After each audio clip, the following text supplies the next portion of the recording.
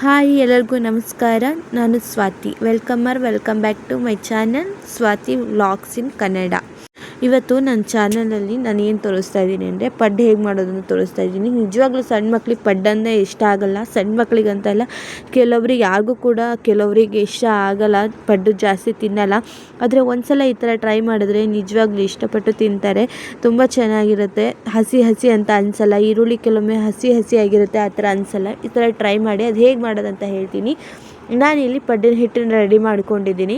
ಪಡ್ಡಿನ ಹಿಟ್ಟಿಗೆ ಉಪ್ಪು ಹಾಕಿ ಕಲಿಸ್ಬಿಟ್ಟು ಒಂದು ಸೈಡಲ್ಲಿ ಎತ್ತಿಟ್ಕೊಂಡಿದ್ದೀನಿ. ಮತ್ತು ಅದರೊಟ್ಟಿಗೆ ಒಂದು 2 ಈರುಳ್ಳಿನ ಹೆಚ್ಕೊಂಡಿದ್ದೀನಿ. 2 ಈರುಳ್ಳಿನ ಸಣ್ಣದಾಗಿ ಹೆಚ್ಚಿಟ್ಕೊಳ್ಳಿ.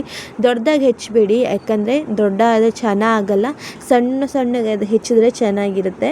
ಸಣ್ಣದಾಗಿ ಪಡ್ಡು ಮಧ್ಯೆ ಸಿಕ್ಕರೆ ಚೆಂದ ಅದು. ಮತ್ತು ಅದ್ರ ಮಧ್ಯೆ ಈರುಳ್ಳಿ ಮಧ್ಯೆ ಒಂದು ಸ್ವಲ್ಪ ವೈಟ್ ಕಲರ್ ಇರುತ್ತೆ ಅಲ್ವಾ, ಅದನ್ನೂ ಅಷ್ಟೇ. ನೀವು ಅದನ್ನು ಹೆಚ್ಚೋದಿದ್ರೆ ಅದನ್ನ ಹೆಚ್ಕೋಬೋದು, ಇಲ್ಲ ನಿಮಗೆ ಇಷ್ಟ ಇಲ್ಲ ಅಂದರೆ ತೆಗೆದುಬಿಡ್ಬೋದು. ಬಟ್ ಅದನ್ನು ದೊಡ್ಡಕ್ಕೆ ಮಾತ್ರ ಬಿಡಬೇಡಿ, ಸಣ್ಣದಾಗಿ ಹೆಚ್ಕೊಳ್ಳಿ. ಈ ಥರ ಸಣ್ಣದಾಗಿ ನಾನು ಕೂಡ ಈರುಳ್ಳಿನ ಹೆಚ್ಕೊಂಡಿದ್ದೀನಿ. ನಾನಿಲ್ಲಿ ಇಬ್ಬರಿಗೆ ಮಾಡೋದ್ರಿಂದ 2 ಈರುಳ್ಳಿನ ತೊಗೊಂಡಿದ್ದೀನಿ, ಯಾಕಂದರೆ ಈರುಳ್ಳಿ ಜಾಸ್ತಿ ಇದ್ದರೆ ಚೆನ್ನಾಗಿರುತ್ತೆ ಅಂತ. ನೀವು ಜಾಸ್ತಿ ತೊಗೋಬೋದು. ಅದಾದ ನಂತರ ನಾನಿಲ್ಲಿ ಒಂದು ಬಾಣಲಿನ ಇಟ್ಕೊಂಡಿದ್ದೀನಿ. ಒಂದು ಬಾಣಲಿಗೆ ಜೀರಿಗೆ, ಸಾಸಿವೆ ಮತ್ತು ಕಡಲೆಬೇಳೆನ ಹಾಕ್ಕೊಂಡಿದ್ದೀನಿ. ಕಡಲೆಬೇಳೆ ಗೋಲ್ಡನ್ ಕಲರ್ ಆಗೋವರೆಗೂ ನೀಟಾಗಿ ಹುರ್ಕೋತೀನಿ. ಹೊತ್ತಿಸ್ಕೊಂಡ್ರೆ ಕಹಿ ಬರುತ್ತೆ, ಅದು ಟೇಸ್ಟ್ ಚೆನ್ನಾಗಾಗಲ್ಲ, ಅದಕ್ಕೋಸ್ಕರ. ಅದಾದ ನಂತರ ನಾನಿಲ್ಲಿ ಈರುಳ್ಳಿನ ಹಾಕ್ಕೊಂಡಿದ್ದೀನಿ. ಈರುಳ್ಳಿನ ಹಾಕ್ಕೊಂಡು ಅದು ಬೇಯೋವರೆಗೂ ನೀಟಾಗಿ ಬಾಡಿಸ್ಕೊಳ್ಳಿ. ಹಸಿದು ಇರಬಾರ್ದು. ಅದೊಂದು ಸ್ವಲ್ಪ ಟ್ರಾನ್ಸ್ಪರೆಂಟ್ ಕಲರ್ ಬರುತ್ತಲ್ವ, ಆ ರೀತಿ ಆಗಬೇಕು. ಆ ರೀತಿ ಆದ್ರೇ ಪಡ್ಡಿಗೆ ಚೆನ್ನಾಗಿರುತ್ತೆ. ಈ ರೀತಿ ಒಂದ್ಸಲ ಟ್ರೈ ಮಾಡಿ, ತುಂಬಾ ಚೆನ್ನಾಗಿ ಬರುತ್ತೆ ಟೇಸ್ಟು. ಮತ್ತು ನಾನಿಲ್ಲಿ ಈರುಳ್ಳಿಗೆ ಯಾವ ರೀತಿ ಉಪ್ಪನ್ನ ಕೂಡ ಆ್ಯಡ್ ಮಾಡ್ತಾಯಿಲ್ಲ. ಉಪ್ಪು, ಅರಿಶಿನ ಪುಡಿ ಯಾವುದನ್ನು ಆ್ಯಡ್ ಮಾಡ್ತಾಯಿಲ್ಲ. ಯಾಕಂದರೆ ನಾವಿಲ್ಲಿ ಪಡ್ಡಿಗೆ ಮೊದಲೇ ಉಪ್ಪು ಹಾಕಿರೋದ್ರಿಂದ ನಾನು ಉಪ್ಪು ಹಾಕ್ಕೊಳ್ತಾ ಇಲ್ಲ. ನೀವು ಪಡ್ಡಿಗೆ ಉಪ್ಪು ಕಮ್ಮಿ ಹಾಕಿದರೆ ಈರುಳ್ಳಿಗೆ ಹಾಕೋಬೋದು. ಈ ಥರ ಈ ಕಡಲೆಬೇಳೆನ ಹೀಗೆ ಹುರ್ಕೊಂಡು ಹಾಕ್ಕೊಳ್ಳೋದ್ರಿಂದ ಟೇಸ್ಟ್ ಬೇರೆ ಇರುತ್ತೆ. ಮಧ್ಯ ಅದೊಂಥರ ಕ್ರಂಚಿಯಾಗಿ ಸಿಗ್ತಾ ಇರುತ್ತೆ, ಚೆನ್ನಾಗಿರುತ್ತೆ. ಒಂದ್ಸಲ ಟ್ರೈ ಮಾಡಿ. ಈ ಥರ ಹುರಿದ್ಬಿಟ್ಟು ಹಾಕಿ ಯಾವ ಥರ ಬರುತ್ತೆ ಅಂತ ಟ್ರೈ ಮಾಡಿ ನೋಡಿ. ಇಲ್ಲಿ ನಾನು ಹಿಟ್ಟಿಗೆ ಕೂಡ ಒಗ್ಗರಣೆ ಹಾಕ್ಕೊಂಡಿದ್ದೆ ಅಲ್ಲ, ಈರುಳ್ಳಿನ ಅದು ಬಗ್ಗಿಸ್ಕೊಂಡಾದ ನಂತರ ಅದನ್ನೂ ಒಂದು ಸೈಡ್ ಪ್ಲೇಟಲ್ಲಿ ಎತ್ತಿಟ್ಕೋತೀನಿ. ಯಾಕಂದರೆ ನಂತರ ಚಟ್ನಿ ಮಾಡೋಣ ಅಂತ ರೆಡಿ ಮಾಡ್ತಾಯಿದ್ದೆ. ಚಟ್ನಿ ಮಾಡೋದು ನಮ್ಮನೆ ತುರಿಮಣೆ ಹಾಳಾಗಿತ್ತು, ಅದಕ್ಕೋಸ್ಕರ ಒಂದು ಗ್ಯಾಸ್ ಮೇಲೆ ಈ ಥರ ಕಾಯಿ ಇಟ್ಟು ಒಂದು 5 ನಿಮಿಷ ಇದು ಮಾಡ್ಕೊಳ್ಳೋದ್ರಿಂದ ಬೇಗ ತೆಕ್ಕೊಬಿಡ್ಬೋದು. ಕಾಯಿ ಕೂಡ ಬೇಗ ಹೊರಗೆ ಬಂದುಬಿಡುತ್ತೆ, ತುಂಬ ಹೊತ್ತು ಕಾಯಿಸಲ್ಲ. ಚಟ್ನಿನೂ ರೆಡಿ ಆಯಿತು.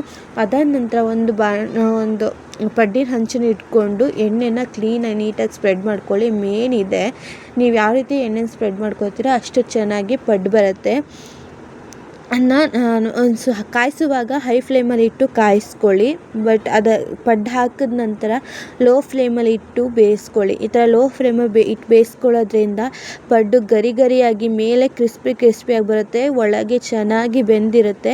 ನಾವು ಹೈ ಫ್ಲೇಮಲ್ಲಿ ಇಟ್ಟು ಬೇಯಿಸ್ಕೊಂಡ್ರೆ ಕ್ಲೀನಾಗಿ ಒಳಗೆ ಬೇಯಲ್ಲ, ಅದಕ್ಕೋಸ್ಕರ ಆದಷ್ಟು ಲೋ ಫ್ಲೇಮಲ್ಲಿ ಇಟ್ಟು ಬೇಯಿಸ್ಕೊಳ್ಳಿ. ನಾನಿಲ್ಲಿ ಎಲ್ಲ ಹೋಲ್ಗಳಿಗೂ ಪಡ್ಡು ಹಿಟ್ಟು ಹಾಕ್ಕೊಂಡಿದ್ದೀನಿ. ಅದಾದ ನಂತರ ಎಣ್ಣೆ ಹಾಕ್ಕೊತೀನಿ. ನಂಗೊಂದು ಸ್ವಲ್ಪ ಪಡ್ಡಿಗೆ ಎಣ್ಣೆ ಜಾಸ್ತಿ ಬೇಕು ಇದ್ದರೆ ಚೆನ್ನಾಗಿರುತ್ತೆ. ನೀವು ಸ್ವಲ್ಪ ನಿಮಗೆ ಎಣ್ಣೆ ಜಾಸ್ತಿ ಇದ್ದರೆ ಇಷ್ಟ ಆಗೋದನ್ನು ಹಾಕ್ಕೊಳ್ಳಿ, ಇಲ್ಲಾಂದರೆ ಪರವಾಗಿಲ್ಲ, ಕಮ್ಮಿನೇ ಹಾಕ್ಕೋಬೋದು. ನನಗೆ ಸ್ವಲ್ಪ ಪಡ್ಡಿಗೆ ಒಂದು ಸ್ವಲ್ಪ ಎಣ್ಣೆ ಜಾಸ್ತಿ ಇದ್ದರೆ ಇಷ್ಟ ಆಗುತ್ತೆ ಅಂತ ಪಡ್ಡಿಗೂ ಸ್ವಲ್ಪ ಜಾಸ್ತಿ ಎಣ್ಣೆ ಹಾಕ್ಕೊಂಡಿದ್ದೀನಿ. ಅದಾದ ನಂತರ ಲೋ ಫ್ಲೇಮಲ್ಲಿ ಇಟ್ಟು ನಾನು ಲಿಡ್ ಕ್ಲೋಸ್ ಮಾಡ್ತೀನಿ. ಲಿಡ್ ಕ್ಲೋಸ್ ಮಾಡಿ ಒಂದು 5 ನಿಮಿಷದವರೆಗೂ ಹಾಗೇ ಬಿಡ್ತೀನಿ. ಪದೇ ಓಪನ್ ಮಾಡೋಕ್ಕೆ ಹೋಗಬೇಡಿ. ಅದು ಪದೇ ಓಪನ್ ಮಾಡಿದ್ರೆ ಕ್ಲೀನಾಗಿ ಬೇಯೋದಿಲ್ಲ, ಅದಕ್ಕೋಸ್ಕರ ಹಾಗೇ ಇರಲಿ. ನಾನು ಮದುವೆ ಆಗಿ ಬಂದಾಗಿಂದ ಕೂಡ ಇದೇ ಥರ ಪಡ್ಡು ಮಾಡ್ತಾಯಿದ್ದು. ಬಟ್ ಮಧ್ಯದಲ್ಲಿ ಯಾಕೋ ಪಡ್ಡು ಮಾಡಿರಲಿಲ್ಲ, ಸುಮಾರು ದಿನ ಆಗಿತ್ತು. ನನ್ನ ಹಸ್ಬೆಂಡ್ ಪಡ್ಡು ಮಾಡು ಅಂತ ಹೇಳಿದರು, ಅದಕ್ಕೋಸ್ಕರ ಮಾಡೋಣ ಅಂತ ಮಾಡಿದ್ದೆ. ಮತ್ತು ಅದು ಹಸಿ ಈರುಳ್ಳಿ ಇದ್ದರೆ ಇಷ್ಟ ಆಗಲ್ಲ, ನನಗೂ ಇಷ್ಟ ಆಗಲ್ಲ, ಅದಕ್ಕೋಸ್ಕರ ನಾನು ಹಸಿ ಈರುಳ್ಳಿ ಹಾಕಲ್ಲ, ಇದೇ ರೀತಿ ಫ್ರೈ ಮಾಡಿಬಿಟ್ಟು ಹಾಕೋದು. ಮತ್ತು ಇಲ್ಲಿ ಪಡ್ಡು ರೆಡಿಯಾಗಿದೆ. ಒಂದು ಸೈಡಿಂದ ತಿರ್ಸ್ಕೊಳ್ತಾ ಬರ್ತೀನಿ. ನೋಡಿ ಅದೆಷ್ಟು ಗರಿ ಆಗಿದೆ ಅಂದರೆ ಅದು ಎತ್ತಿದ ತಕ್ಷಣವೇ ಗೊತ್ತಾಗುತ್ತೆ ಅದು ಗರಿ ಆಗಿದೆಯೋ ಇಲ್ಲೋ, ಮೆತ್ತಗಿದೆಯೋ ಅಂತ. ಟ್ರೈ ಮಾಡಿ ಹೇಗೆ ಅನ್ನಿಸ್ತು ಅಂತ ನನಗೆ ಕಮೆಂಟ್ ಮಾಡಿ. ಮತ್ತು ಫಸ್ಟ್ ಟೈಮ್ ಯಾರು ನಾನು ವಿಡಿಯೋ ನೋಡ್ತಾ ಇದ್ದೆ, ಪ್ಲೀಸ್ ಲೈಕ್ ಮಾಡಿ, ಶೇರ್ ಮಾಡಿ, ಸಬ್ಸ್ಕ್ರೈಬ್ ಮಾಡಿ. ನೀವು ಕಾಮೆಂಟ್, ಲೈಕ್ ಮಾಡೋದ್ರಿಂದ ನನಗೂ ಒಂದು ಸಪೋರ್ಟ್ ಸಿಕ್ದಂಗೆ ಆಗುತ್ತೆ. ಮತ್ತು ಏನಪ್ಪ ಅಂದರೆ ಎಂಕರೇಜ್ಮೆಂಟ್ ಕೂಡ ಸಿಕ್ಕುತ್ತೆ. ಪ್ಲೀಸ್ ಲೈಕ್ ಮಾಡಿ, ಶೇರ್ ಮಾಡಿ, ಸಬ್ಸ್ಕ್ರೈಬ್ ಮಾಡಿ. ವಿಡಿಯೋ ಎಂಡ್ ತನಕ ನೋಡಿ, ಸ್ಕಿಪ್ ಮಾಡಬೇಡಿ. ಇದೇ ರೀತಿ ಪಡ್ಡನ್ನ ಮಾಡೋದ್ರಿಂದ ತುಂಬ ಚೆನ್ನಾಗಿ ಬರುತ್ತೆ.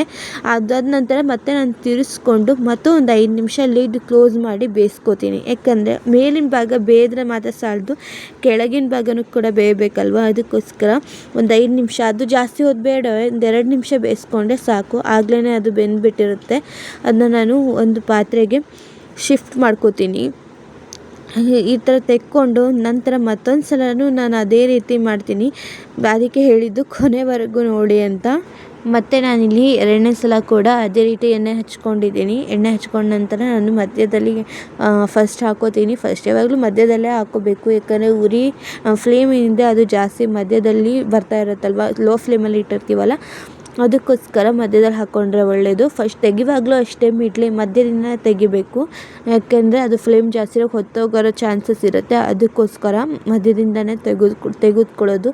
ಇದಾದ ನಂತರ ಮತ್ತೆ ನಾನು ಎಣ್ಣೆ ಹಾಕ್ಕೊತೀನಿ. ಎಣ್ಣೆ ಹಾಕ್ಕೊಂಡು ಮತ್ತೆ ಒಂದು 5 ನಿಮಿಷ ಮೊದಲಿನ ಥರನೇ ಬೇಯಿಸ್ಕೊತೀನಿ.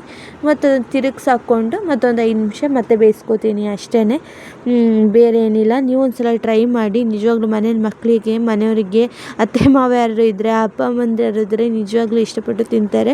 ನೀವು ಕೂಡ ತುಂಬ ಇಷ್ಟಪಟ್ಟು ತಿಂತೀರಾ. ಆದರೆ ಏನಂದರೆ ಚಟ್ನಿ ಸ್ವಲ್ಪ ಖಾರವಾಗಿದೆ ಒಳ್ಳೆಯದು ಅಂತ ಅನಿಸುತ್ತೆ. ಯಾಕಂದರೆ ಪಡ್ಡು ಸಪ್ಪೆ ಇರುತ್ತೆ ಅಲ್ವಾ, ಸಿಹಿನೂ ಇರಲ್ಲ, ಖಾರನೂ ಇರಲ್ಲ ಅಲ್ವಾ, ಅದಕ್ಕೋಸ್ಕರ. ಮತ್ತು ನಿಮಗೆ ಖಾರ ಬೇಕು ಅಂದರೆ ನಾವು ಈರುಳ್ಳಿ ಹುರ್ಕೊಂಡ್ವಲ್ಲ, ಅದೇ ಟೈಮಲ್ಲಿ ಮೆಣಸಿನ್ಕಾಯಿ ಕೂಡ ಹಾಕೋಬೋದು. ಅದೇ ಸಬ್ಬಸಿಗೆ ಹಾಕ್ತೀರಾ ಅನ್ನೋದಿದ್ದರೆ ಹುರ್ಕೊಳ್ಳೋದೇನು ಬೇಡ, ಹಾಗೆ ಹಾಕೋಬೋದು. ನಂಗೆ ಅದು ಯಾವುದೂ ಇಷ್ಟ ಆಗೋಲ್ಲ, ನನಗೆ ಹೀಗೆ ಮಾಡಿದ್ರೆ ಇಷ್ಟ ಆಗುತ್ತೆ, ಅದಕ್ಕೋಸ್ಕರ ನಾನು ಅದು ಯಾವುದನ್ನು ಹಾಕೋಲ್ಲ. ನನಗೆ ಈ ಟೇಸ್ಟ್ ಗೊತ್ತಾದಾಗಿಂದ ನನಗೆ ಇದೇ ಥರ ಟೇಸ್ಟ್ ತುಂಬ ಇಷ್ಟ ಆಗುತ್ತೆ. ಫೈನಲ್ಲಾಗಿ ನಾನೆಲ್ಲ ತಕ್ಕೊಂಡು ಇಲ್ಲಿ ಸರ್ವ್ ಮಾಡ್ತಾಯಿದ್ದೀನಿ. ಸರ್ವ್ ಮಾಡುವಾಗ ನೀವೇ ನೋಡ್ತಾ ಇದ್ದೀರಲ್ವ, ಬಿಸಿ ಬಿಸಿಯಾಗಿತ್ತು, ಹಾಗೆ ಕ್ರಿಸ್ಪಿಯಾಗಿತ್ತು, ತುಂಬ ಚೆನ್ನಾಗಿತ್ತು.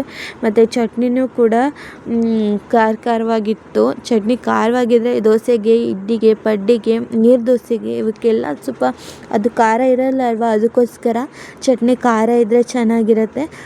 ಮತ್ತು ನಿನ್ನೆ ರಾತ್ರಿ ಮಾಡಿ ಸಾಂಬಾರು ಕೂಡ ಇತ್ತು, ಅದನ್ನು ಹಾಕ್ಕೋತಾ ಇದ್ದೀನಿ. ನಿಮ್ದು ಯಾವ್ದಾದ್ರು ಸಾಂಬಾರು ಉಳಿದ್ರೆ ನೀವು ಹಾಕ್ಕೋಬೋದು.